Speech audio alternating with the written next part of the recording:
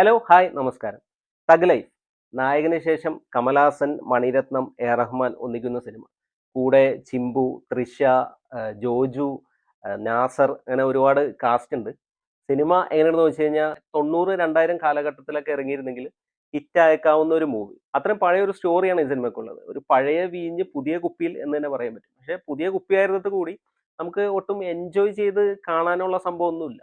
ശരിക്കും മണിരത്നം, കമലഹാസൻ സിനിമ എന്ന് പറയുമ്പോൾ ഒരു ഹൈപ്പ് ഉണ്ടല്ലോ.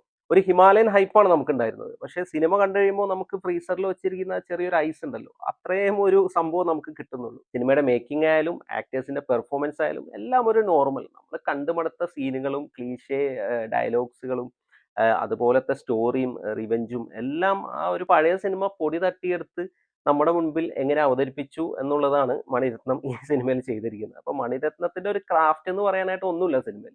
എ റഹ്മാൻ ഓക്കെ ആയിരുന്നു ട്ടോ. എ റഹ്മാന്റെ സോങ്സ് വലിയ നോർമൽ ഒരു സോങ് ആയിരുന്നു. എക്സ്ട്രാordinary ഒന്നും ഉണ്ടായില്ല. ബാക്ക്ഗ്രൗണ്ട് മ്യൂസിക് ഒക്കെ കൊള്ളായിരുന്നു സിനിമയുടെ. അപ്പൊ നമ്മൾ മണിരത്നം, കമലഹാസൻ സിനിമ പ്രതീക്ഷിച്ച് പോയി കഴിഞ്ഞ് കഴിഞ്ഞാൽ വൻ നിരാശയായിരിക്കും. വെറുതെ സമയമില്ലാതെ നമ്മൾ ചൂടത്തൊക്കെ ഇങ്ങനെ നടക്കുമ്പോൾ എസിയിലിരുന്ന് ഒരു സിനിമ കാണാമെന്ന് വിചാരിച്ച് കയറി കഴിഞ്ഞാൽ ഓക്കെ ജസ്റ്റ് കണ്ട് ഇറങ്ങി വരാം. അങ്ങനത്തെ ഒരു ഫിലിമാണുള്ളത്. അപ്പൊ ഇതില് ആക്ടേഴ്സ് പറയുകയാണെങ്കിൽ കമലഹാസൻ ഉണ്ട്, ചിമ്പു, തൃഷ, അഭിരാമി, നാസർ, ജോജു, ബാബുരാജ് അങ്ങനെ ഒരുപാട് ആക്ടേഴ്സ് ഉണ്ട്. അവർ വരുന്നു, അവർ അഭിനയിച്ച് പോകുന്നു എന്ന് മാത്രമേ ഉള്ളൂ. ഒരു എക്സ്ട്രാ ഓർഡിനറി പെർഫോമൻസ് ഒന്നും പറയാൻ ആരുടെയും ഇല്ല.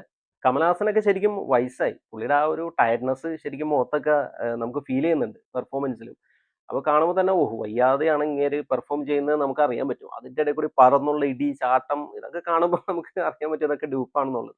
പക്ഷെ എന്നാലും പുള്ളിയെ ചെയ്യുന്നുണ്ട്. ഓക്കെ, ചില എക്സ്പ്രഷൻസും കാര്യങ്ങളൊക്കെ ഓക്കെ ആയിരുന്നു. ഇപ്പോൾ ആകെ മൊത്തത്തിൽ തഗ് ലൈഫ് ഒരു OTT വാച്ച് മൂവി ആയിട്ടാണ് എനിക്ക് തോന്നിയത്. അപ്പോൾ OTTയിൽ നമ്മൾ കണ്ടുകൊണ്ടിരിക്കുമ്പോൾ കുറച്ച് സ്കിപ്പൊക്കെ അടിച്ച് പെട്ടെന്ന് കണ്ടു തീർക്കാം. ഒരു 2, 2.5 മണിക്കൂറുണ്ട് സിനിമ. പക്ഷെ നമുക്കൊരു 1 മണിക്കൂർ കൊണ്ടൊക്കെ കണ്ടു തീർക്കാൻ പറ്റുന്ന ഒരു ഫിലിമാണ് OTTയിൽ.